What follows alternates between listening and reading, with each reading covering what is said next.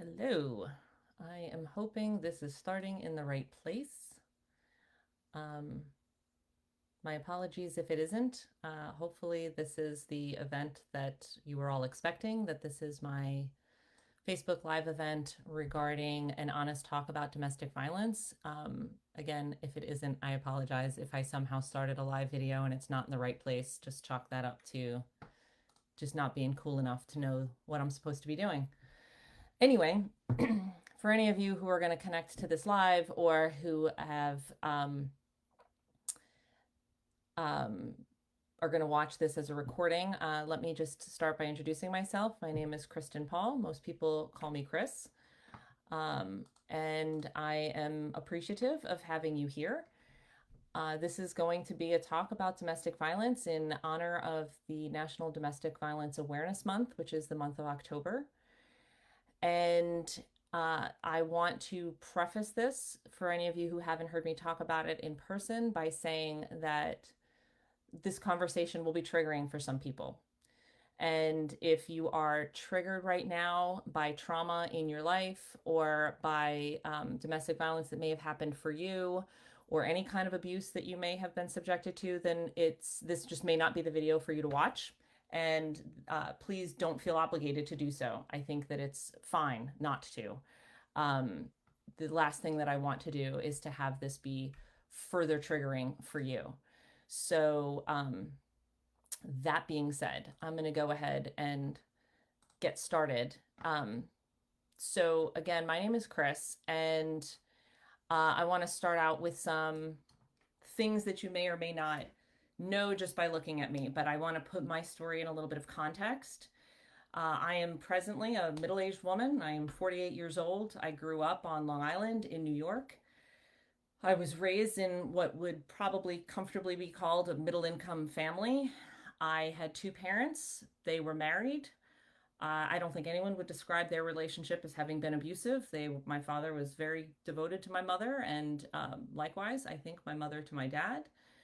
No one in my family, or at least not in my immediate family, were alcoholics or drug addicts or anything like that. My parents themselves are high school graduates. I am a high school graduate and I have gone on to get an exceptional amount of education. So I have a couple of graduate degrees. I'm getting another graduate degree as we speak. I offer all of this not to say, look how wonderful I am, but because I think it's important that you understand the face of domestic violence. I am a survivor of domestic violence, and it's taken me a pretty long time. Even this is my second one of these that I've done, but it has taken me a pretty long time to be able to say that I am a survivor of domestic violence. Um, it was something that I chose to not talk about for a really long time. And if it ever did come up, I found lots of creative ways to downplay my story. And we're going to talk a little bit about that. The last time I did one of these talks, they went on for about an hour, and I am not intending to talk for an hour. So there's just that. My intention is to talk for a little while. And if there are any comments, then I'm happy to answer them. And if not, then we'll move on. But I'd like to start by telling you my story. And my story took place, I was in my 20s. So I'm going to say it's probably been about 20 years at this point. My marriage was ending. I got married when I was 22, I want to say. So this probably makes me about 26 at this point. My ex-husband and I were married for about 4 years. And we were not quite divorced, but we were separated and we were in the process of divorcing when I started a relationship with my ex. And he was a little younger than I was. So I was 26. He was not quite 21. And at the time, he was just everything that I was looking for. He was a lot of fun. He was young. I liked to go out dancing. He liked to go out dancing. We listened to the same music. He made me laugh. He was really good looking. And I was sort of swept off my feet by that and was very enthralled by him. The first time he hit me, I don't remember what we were arguing about. I don't remember what I was saying. I don't remember the premise of the conversation. I remember exactly where I was standing. And he backhanded me across the face. And I remember having a minute like, what the hell was that? And I was completely shocked. Um, and I don't really remember what my reaction was. I don't know if, did I yell? Did I cry? I mean, I must have screamed. I don't know. Um, and I don't know how we moved past that. I think it was just like, I can't believe you just hit me. Like, what? Like, I think I was so stuck in it, and I'm such an argumentative person that I just sort of argued about it. Like, what the hell was that? Like, that there was going to be an answer for it. Like, my brain needed there to be an answer for it. And so I can't give you a clear answer as how do we get to the day after? Like, how does that get moved on from? I don't know. But it did because we did. Um, some of this is going to be a bit graphic. He was cruel in all manner of ways that I can't remember. I was going through the divorce. I did not have a job. I had been in school when my husband and I were together, and now I was needing to find a job. So my finances were really tight. And at some point, he moved in with me very early in this relationship because I don't think we were together. If we were together 18 months, I'd be shocked. I think it was more like a year. And we would break up or have a fight. Maybe we didn't break up, but we would have a fight. And he would go into the kitchen and he would clean out the refrigerator and he would take appliances and he'd go load up his truck and just be like, good luck making it on your own. And he would withhold.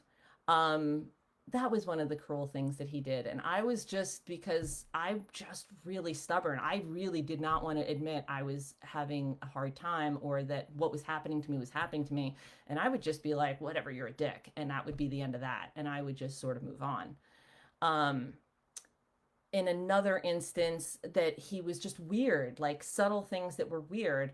I remember I was using the bathroom and he had this bizarre fascination that I had my period and he needed to know about changing my tampon. And I was like, that's gross and get away from me. And I went in and I closed the bathroom and he kicked the door open and he came in while I was on the toilet and wanted to and wouldn't leave. Um, so that was an experience. Lots of screaming. I mean, the amount of times that he called me stupid, told me that I was fat, that I was lazy. He was trying to help me get in shape because he was in shape. And I was never a runner, and we would go running, and he would just be like, God, you are so fat and slow.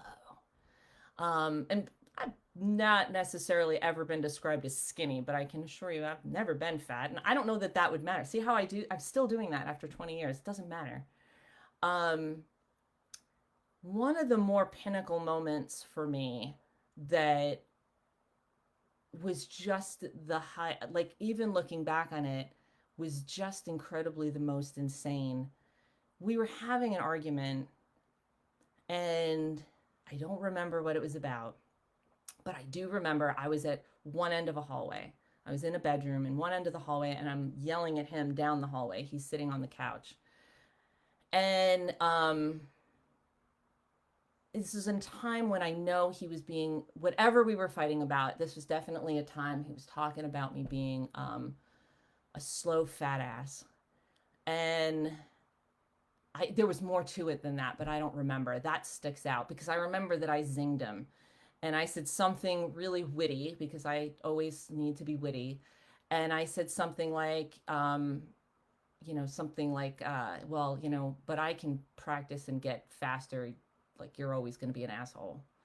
Something to that effect. All I know is I can still see to this minute, and my heart is pounding remembering it. He tore down the hallway. And it wasn't a long hallway. It was, I don't know, 8-10 feet. But he booked it down the hallway and shoved me up against a wall and started to choke me. And he meant it, man. He was squeezing on my throat, and like I had just really made him feel small in some way. Maybe I said something about him being dumb too. I don't remember, but he was choking me. And uh, I know he had one of my legs up off the ground. Like he had me good against the wall and he was choking. And, um, And I remember thinking I could die. And I don't even remember caring. I don't remember being afraid. I don't remember thinking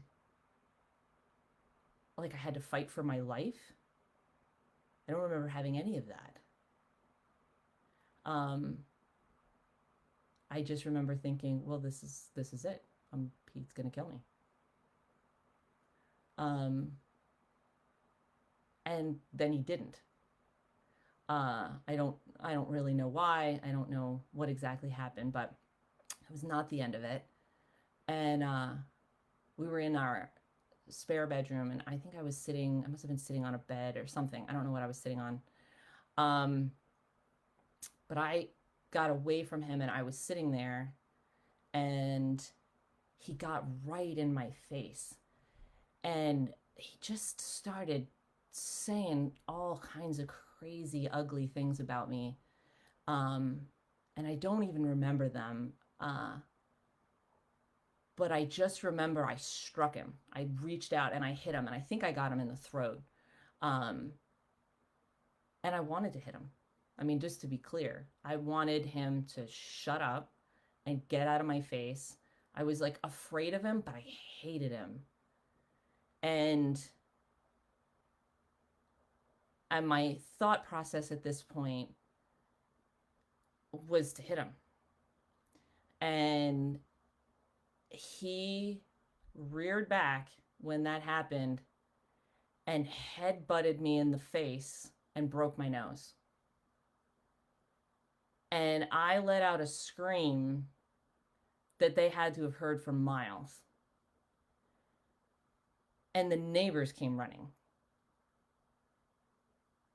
And I'm screaming, and they're like, what the hell is going on in your house? Because in Hawaii, this all took place in Hawaii. We had, oh, I can't remember the name of them, but those windows that are just sort of like they open up and open down, like there's a bunch of panes of glass. They have a name, and I don't remember what it is. And anyway, they were open. And he just said, yeah, she's fine. And they went away. And they didn't get involved, and that was the end of that. And I don't blame them per se for that. I think that's a pretty typical reaction. Um, yeah. Uh, he hit me once in front of his mother and dislocated my jaw. Um, Sex was violent.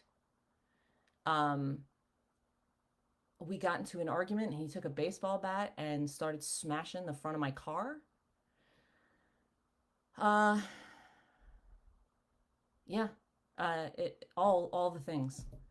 Um, in a very short window of time, all the things. And I don't 100% know what my point is. I think I want people to know what it really looks like. And I want people who know me to know that that happened to me.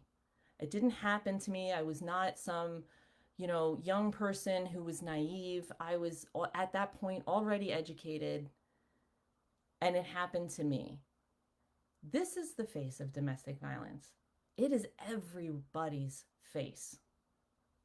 That's the thing that is mind-boggling to me. There's nothing special about my story. Nothing.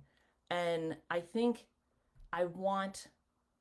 I'm hoping that this message gets to people that are in an abused situation so that they know that it happens. We so hate the word victim. God, victim is a shit word, and it sounds horrible, and nobody wants to be a victim, and nobody wants to be seen as a victim, and people are afraid to get out. I didn't know how to end my situation, and I am a problem-solving person, and I didn't know how to get out. I was so stuck in this argument in my head that I could fix this. I couldn't allow myself to believe that this had happened, that I was in an abusive relationship was not information that my brain would allow me to process. So I started to make excuses, which is very common. I am not special about that either. I told myself a lot of other things were happening. I'm going to fix this. I suddenly went into this mode of, I'm going to make it better. I was not the woman who was necessarily meek or suddenly tried to make everything perfect around the house so I wouldn't upset him. That wasn't the way I handled the challenge. I handled it as a challenge. I handled it as, I'm going to cure him of this. And then this will not have happened. And it will not been for nothing. But I also think that I was in the situation because I didn't have anywhere else to go. My ex and I were divorcing. I couldn't admit what was happening there. He had gotten into this huge fight. My parents were involved at this point, not in the, they didn't know anything about this. My father died never knowing. And oh no, I take that back. They found out. They just found out, but very recently. Um, and, but my parents did not approve of me being in this relationship. And he would call them and taunt them on the phone. So I couldn't call my family. Um, I didn't have any money to leave. I didn't have anywhere to go, but I was unwilling to admit that any of that played into it because that made me sound like a failure. And I couldn't be that. That was unacceptable to me. And so I created a whole dialogue in my head. And if you are hearing this and you're in this situation, whatever you are telling yourself is a lie. You do not deserve to be hurt for any reason. And if the greater number of people that I think are going to hear this are people that are not in an abusive situation, they are people who want to be helpers, helpful, advocates even. And I really want to tell you all the ways that good meaning, well-intentioned people screw that up. The number of times someone has said to me, God, I'm so sorry you went through that. That's so shocking to me. I would never imagine that you would be in that situation. Um, Thank you for caring. That made me feel like shit. That will make every woman or man in that situation feel like shit. You didn't mean to, but you just judged me and basically said something like, I didn't think you would be weak, which implies that you have to be weak to be in an abusive relationship, which implies in some level that it was my fault. You probably didn't mean to imply all of that, but that's what happens. No one ever said to me, wow, oh my God, I can't believe he would do that. Not once. I've had people say things like, not specifically in hearing my story, mind you, but in hearing stories of others who said, that's just too hard for me to wrap my head around. I would never say with someone who hit me. Thank you for that cup of judgment as well. All I can say to you is, I hope to God that you are correct. And I also know that for a lot of you, you're not. I hope for most of you, you'll never have to confront whether you're right or not. But nobody thinks, you know what? I'm okay if I'm in an abusive relationship so long as it's only this. Like, nobody thinks this is a good idea. I'm willing to bet nobody's getting hit on the first date and then scheduling a second one. Stuff leads to this. It gets weird in your head.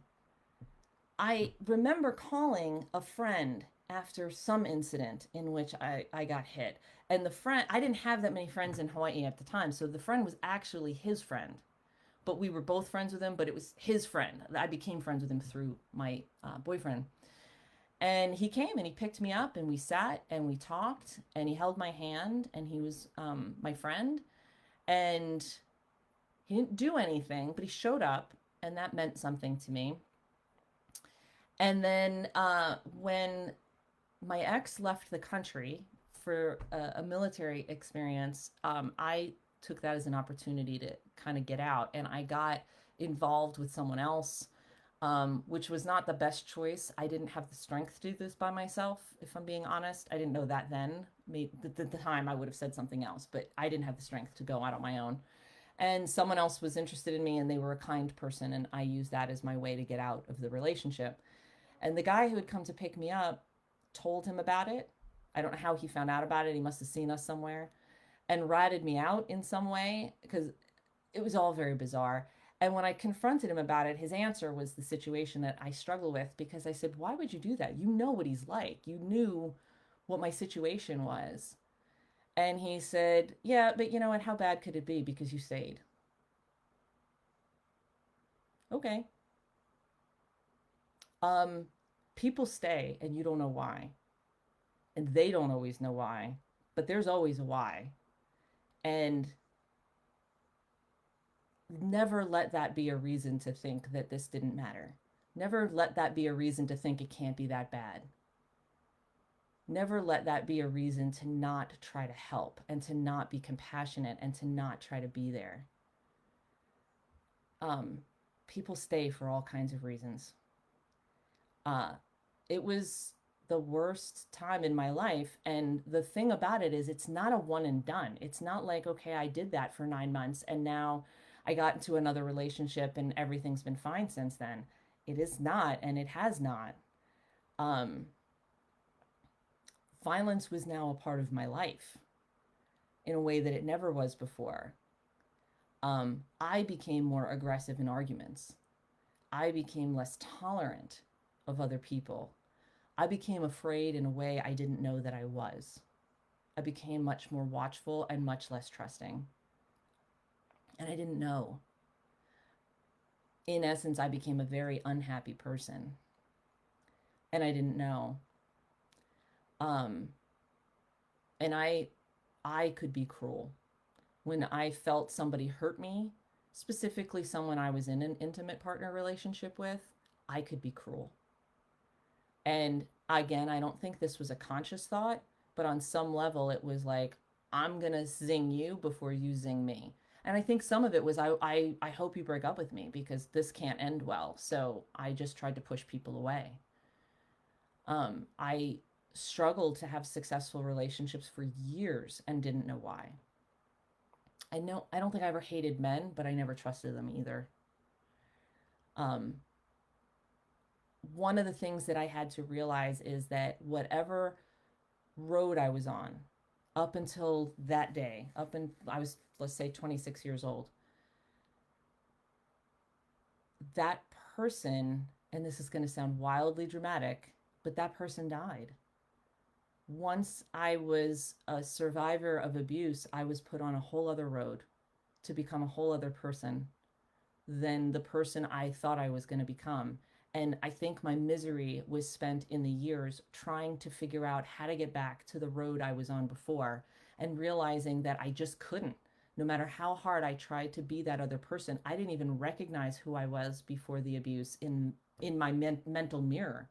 I couldn't live her life. I couldn't be that person. I didn't know how to live that. And so I didn't know who I was. It was like I had been on a highway where I knew all the exits and I didn't need GPS and I could get where I was going. And now I was suddenly on a road in a land I'd never heard of with exits in a foreign language and the GPS didn't work. I didn't know where I was going. I didn't know who I was. I didn't know how to get anywhere. And I was just lost. And I think that that's the story for a lot of men and women who are abused. They want it to be back the way it was. And in my experience, that's not possible. You have to become something else. And that doesn't have to be something broken, which is the fear. The fear is that everyone will just see you as something broken, something pitiable. The abuse becomes the thing that defines you. And I am not suggesting that, and I don't believe that to be true. But it's a scar that doesn't go away. It's a scar you live with, and it has to be a part of the story that you tell now. And that is what I'm doing. I said to someone recently, and it stuck with me, I had to learn to embrace my weakness and realize that didn't mean I was weak. And that's a really hard thing to do. Being vulnerable is hard when someone takes advantage of that. You don't know how to be soft. You don't know how to take care of yourself. But you can find your way back from that. And I'm still doing that with some wonderful, kind, and loving people in my life, which I appreciate. But it is a hard road, and it's difficult. And I wanted to provide in this talk that I didn't previously some facts that I think are important for you to know. At this moment, 1 in 4 women and 1 in 9 men are experiencing severe intimate partner physical violence, intimate partner violent sexual violence, or intimate partner stalking. 1 in 3 women and 1 in 4 men have experienced some form of physical violence by an intimate partner, including slapping, shoving, pushing. 1 in 7 women and 1 in 25 men have been injured by an intimate partner. 1 in 10 women have been raped by an intimate partner.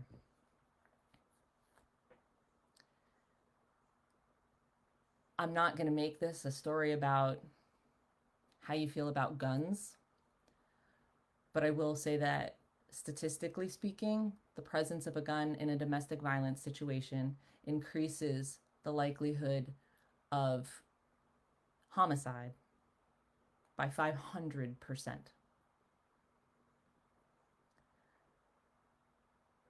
Women between the ages of 18 and 24 are most commonly abused by an intimate partner. 19% of all domestic violence involves a weapon. Who does domestic violence affect? Who's getting this? Like, this doesn't happen in your neighborhood, right? That's what people think. It happens to everyone.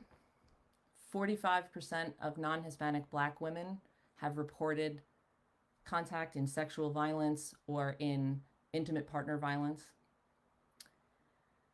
40% of non-Hispanic Black men, 37% of non-Hispanic white women, 30% of non-Hispanic white men, 34% of Hispanic women, 30% of Hispanic men, 18% of Asian or Pacific Islander women, and 13% of Asian or Pacific Islander men.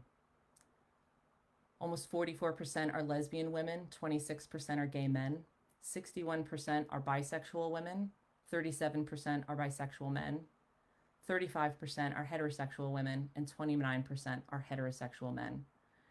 And then the findings are getting there, but they do say that, and I'm reading this off a website, and I will give you the website.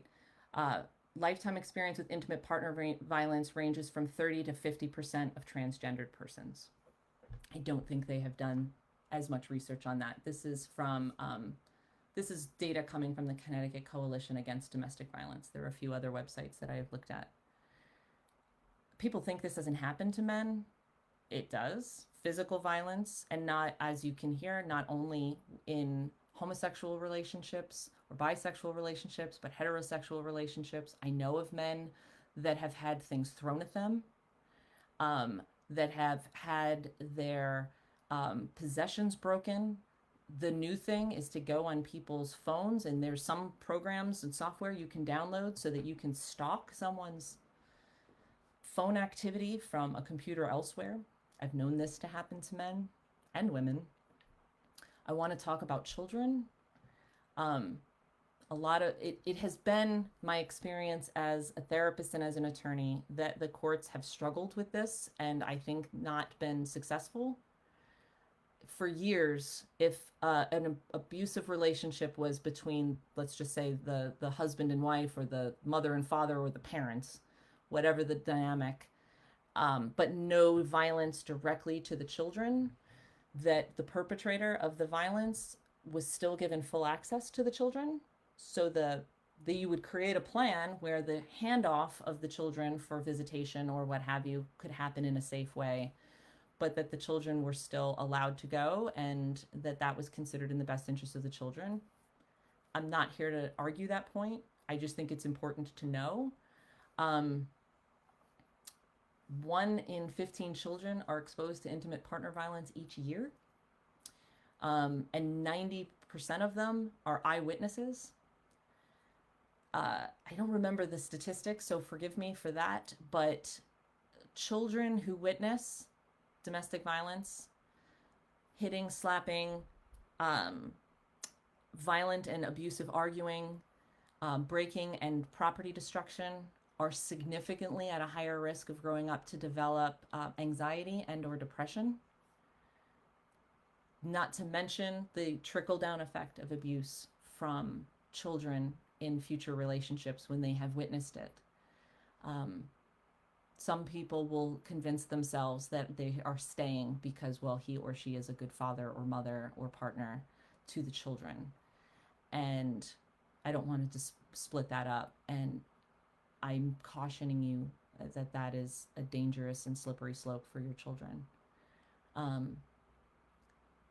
I want everyone to be able to be an advocate. I want everyone to give a damn. That's why I do this. It's awkward and I feel very exposed, and I hate every minute of this conversation, if I'm being honest. But if it is going to help someone else to know that they are not alone, great. If it is going to help you to be a better advocate, a better friend, a better support system, great.